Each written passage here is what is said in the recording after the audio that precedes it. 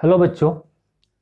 हम लोग class 11th और 12th का बायोलॉजी स्टार्ट करने जा रहे हैं। ठीक है, जिसमें हम लोग जो अपना पढ़ाई करेंगे वो करेंगे नेट के हिसाब से भी, और साथ साथ जो हमारा बोर्ड है 12th का उसके हिसाब से भी हम लोग अपना पढ़ाई करेंगे। ठीक है बच्चों। बच्चों, स्टार्ट करने से पहले सबसे पहले आपको पता होना चाहिए कि 11th और 12th का सिलेबस क्या है। ठीक है बच्चा, तो सबसे पहले हम डिस्कस करेंगे 11th और 12th का सिलेबस। ठीक है, और उसके बाद फिर हम लोग स्टार्ट करेंगे 11th और 12th का बायोलॉजी। ठीक है बच्चों, क्लियर। तो सबसे पहले हम बात कर लेते हैं क्लास 11th का सिलेबस के बारे में। ठीक है बच्चों, 11th के बायोलॉजी में आपको टोटल 5 यूनिट पढ़ना है। यहाँ पे टोटल आपके पास 5 यूनिट है और इसमें आपके पास 22 चैप्टर है। टोटल आपके पास 22 चैप्टर्स हो गया। और निट में इससे क्वेश्चन पूछता है 45। निट में, मेडिकल में इसमें क्वेश्चन पूछता है 45। तो टोटल 90 क्वेश्चन में से 45 क्वेश्चन 11th के बायोलॉजी से पूछा जाता है। ठीक है बच्चों। बच्चों, इसमें जो आपका यूनिट फर्स्ट है, यूनिट फर्स्ट, ठीक है बच्चा, उसका नाम है डाइवर्सिटी। डाइवर्सिटी, और डाइवर्सिटी में आपके पास टोटल 4 चैप्टर पढ़ना है। पहला द लिविंग वर्ल्ड, दूसरा पढ़ना है आपको बायोलॉजिकल क्लासिफिकेशन, बायोलॉजिकल क्लासिफिकेशन। ठीक है बच्चा। थर्ड पढ़ना है प्लांट किंगडम,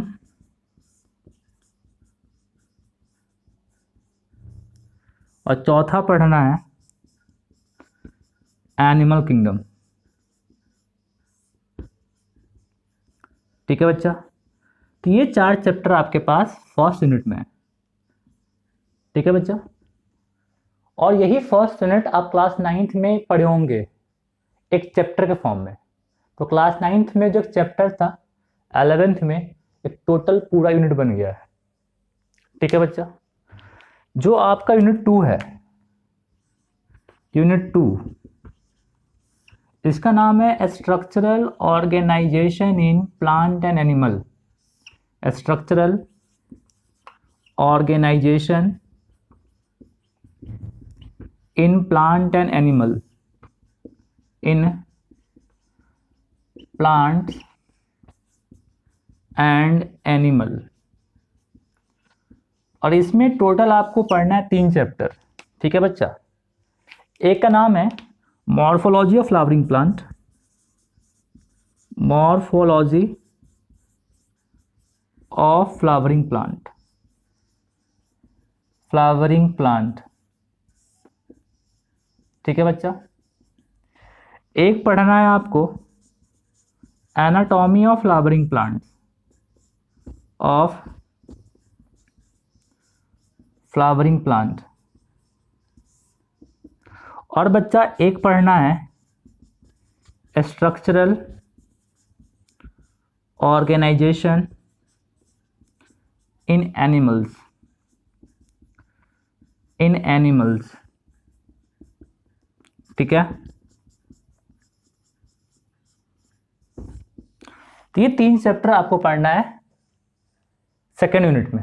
ठीक है बच्चा। तो टोटल फर्स्ट और सेकेंड मिला के आपके पास 7 चैप्टर हुआ। ठीक बच्चों, जो आपका तीसरा यूनिट है उसका नाम है सेल बायोलॉजी। ठीक है बच्चा। तो जो आपका थर्ड यूनिट है उसका नाम है सेल बायोलॉजी। ठीक। यूनिट 3 आपका है सेल बायोलॉजी, और इसमें टोटल आपके पास पढ़ना है 3 chapter. Cell, the unit of life. ठीक है बच्चा। उसके बाद पढ़ना है cell cycle and cell division, cell cycle and cell division. और फिर पढ़ना है आपको तीसरा चैप्टर बायोमोलिक्यूल्स। ठीक है बच्चा, तो बिल्कुल बेसिक चैप्टर था इसमें, जो आपको बायोलॉजी पढ़ने के लिए आपको आना चाहिए। ठीक है, क्योंकि बिना सेल पढ़ा हुआ आप बायोलॉजी नहीं पढ़ सकते हो। ठीक है बच्चों, बच्चा जो यूनिट 4 है आपका, उसका नाम है ह्यूमन प्लांट फिजियोलॉजी। ठीक है बच्चा, तो जो आपका यूनिट 4 है, यूनिट 4 उसका नाम है प्लांट फिजियोलॉजी। Plant physiology. और बच्चा प्लांट फिजियोलॉजी में आपके पास टोटल 5 चैप्टर है। जो पहला चैप्टर है उसका नाम है transport in plants. Transport in plants. दूसरा आपका है mineral nutrition in plant. Mineral nutrition in plants. तीसरा आपका है photosynthesis in higher plants. Photosynthesis in higher plants. In higher plants. और बच्चा जो चौथा है आपका, that is the respiration. Respiration in higher plants. और पांचवा जो चैप्टर आपके पास है उसका नाम है प्लांट ग्रोथ एंड डेवलपमेंट। जो पांचवा है उसका नाम है प्लांट ग्रोथ एंड डेवलपमेंट। तो ये 5 जो चैप्टर है वो पढ़ना है आपको चौथा यूनिट में, प्लांट फिजियोलॉजी में। ठीक है बच्चा, और जो लास्ट यूनिट है 5वां, ह्यूमन फिजियोलॉजी, उसमें आपके पास टोटल 7 चैप्टर है। तो यूनिट जो 5 है इसमें आपके पास टोटल 7 चैप्टर है। पहला है digestion and absorption. Digestion and absorption. Absorption. दूसरा है breathing and exchange of gases. Breathing and exchange of gases. Exchange of gases. तीसरा है body fluids and circulation. Body fluids and circulation. और बच्चा चौथा है एक्सक्रीशन। ठीक है, एक्सक्रीशन। बच्चा पांचवा है locomotion and movement. Locomotion and movement. और बच्चा छठा चैप्टर है उसका नाम है न्यूरल कंट्रोल एंड कोऑर्डिनेशन। ठीक है बच्चा, जो आपका 6th चैप्टर है उसका नाम है neural control and coordination. Neural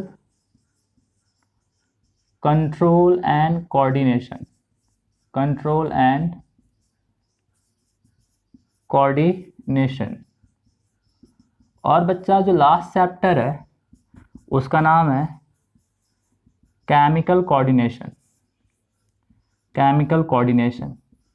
तो ये टोटल आपके पास 22 चैप्टर हुआ क्लास 11th का।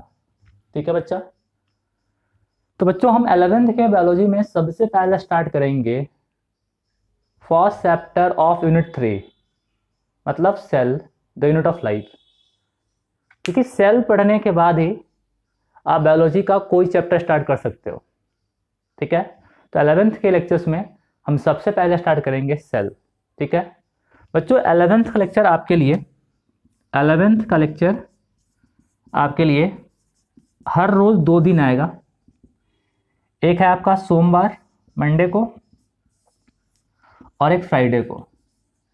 तो सोमवार और शुक्रवार 2 दिन आपको मिलेगा 11th का बायोलॉजी का लेक्चर। ठीक है बच्चों, तो ये सारा बात था किसका, 11th का बात था। और बच्चों नीट मेडिकल के लिए 11th पोर्शन काफ़ी इंपॉर्टेंट है, क्योंकि आधा क्वेश्चन 11th से ही पूछता है। भले ही 12th में बोर्ड में इससे क्वेश्चन नहीं पूछता है, बट अगर मेडिकल का तैयारी कर रहे हो तो उसमें आपको 11th पोर्शन ढंग से पढ़ना आना चाहिए। बच्चों हर यूनिट में हर चैप्टर का वेटेज है, तो जब हम यूनिट स्टार्ट करेंगे तो हर यूनिट में जो चैप्टर्स है उनका वेटेज बताएंगे आपको कि एग्जाम में इससे कितना क्वेश्चन पूछता है। ठीक है बच्चा, चलो तो ये सारा बात था 11th का। अब हम बात कर लेते हैं 12th के बायोलॉजी को लेकर। ठीक है बच्चों, 12th के बायोलॉजी में आपके पास टोटल जो चैप्टर्स है वो है 16। 12th का जो बायोलॉजी है इसमें आपके पास टोटल 16 चैप्टर है। 16 चैप्टर है, 11 से 6 चैप्टर कम, और यहाँ भी आपके पास 5 यूनिट है। तो बच्चों 12th का डिफ़िकल्टी लेवल 11 से काफ़ी कम है, और इसको इसलिए आसान रखा गया है कि ताकि बच्चा आराम से बोर्ड में पास कर पाए। ठीक है बच्चा, तो इसमें जो यूनिट 1 है आपका, ठीक है, उसका नाम है रिप्रोडक्शन। रिप्रोडक्शन, और बच्चों रिप्रोडक्शन में आपके पास टोटल 4 चैप्टर है। एक है reproduction in organisms, reproduction in organism, ठीक है बच्चा। एक है आपका sexual reproduction in angiosperms, reproduction in angiosperm, ठीक है बच्चा। जो तीसरा है डेट इज ह्यूमन रिप्रोडक्शन,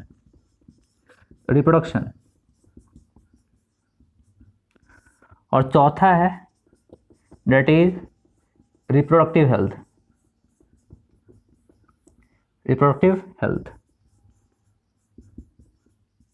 ठीक है बच्चा।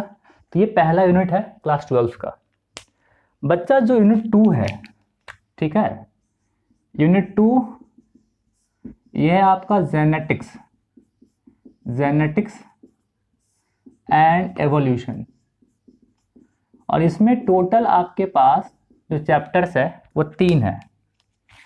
जो पहला है उसका नाम है principle of inheritance and variation, principle of inheritance and variation, inheritance and variation. और बच्चा जो दूसरा है उसका नाम है molecular basis of inheritance, basis of inheritance. और जो थर्ड है आपका दैट इज द एवोल्यूशन, ठीक है बच्चा। बच्चों जो यूनिट 3 है आपका उसका नाम है इकोनॉमिक बायोलॉजी, और इसमें टोटल आपके पास जो चैप्टर है वो 3 है। एक का नाम है स्ट्रेटजीज फॉर इन्हांसमेंट इन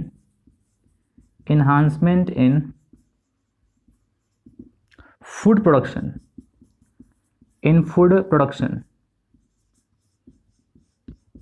बच्चा एक है आपका microbes in human welfare, human welfare. और जो बच्चा लास्ट है उसका नाम है ह्यूमन हेल्थ एंड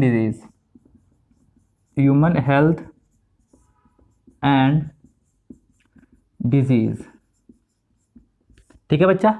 तो ये 3 चैप्टर आपके पास यूनिट 3 में है।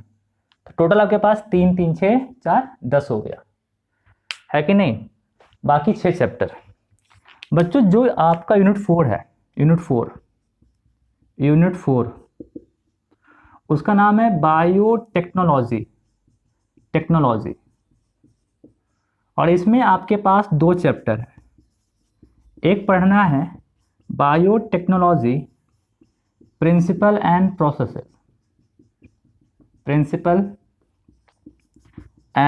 प्रोसेसेस,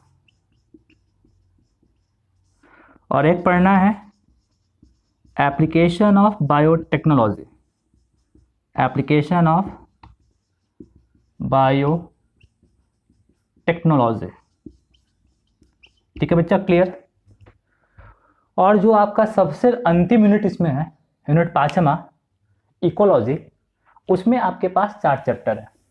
ठीक है, जो यूनिट लास्ट है आपके पास यूनिट 5, उसका नाम है इकोलॉजी। इसमें आपके पास टोटल 5 चैप्टर है, सॉरी 4 चैप्टर है। एक का नाम है ऑर्गेनिज्म एंड पॉपुलेशन,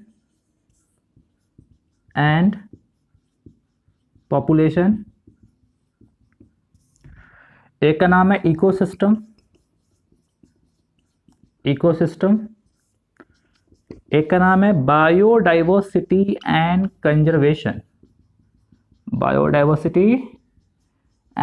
कंजर्वेशन,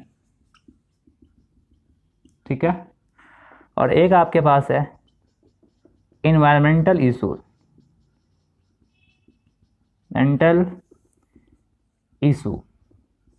तो बच्चों ये टोटल आपके पास 16 चैप्टर हुआ क्लास 12th में।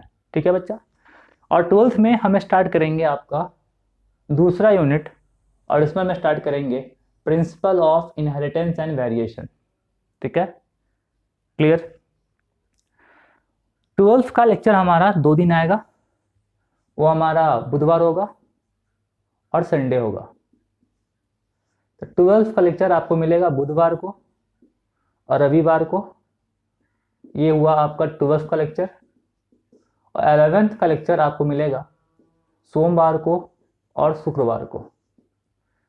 तो टोटल आपके पास हर वीक में 4 लेक्चर आएगा, 2 11th का 2 12th का। ठीक है, सोमवार, बुधवार, शुक्रवार और रविवार। ठीक है बच्चों, तो 11th में हम स्टार्ट क्या करेंगे, सेल, और 12th में हम स्टार्ट करेंगे principle of inheritance and variation. बच्चों 12th पोर्शन से भी नीट में क्वेश्चन पूछता है 45, तो 45 क्वेश्चन 12th से और 45 11th से।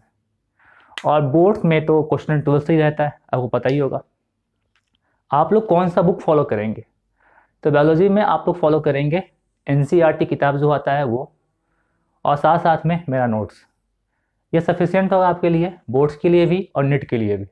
ठीक है बच्चों, चलो फिर अगले क्लास में मिलेंगे with the 12th portion, that is the principle of inheritance and variation.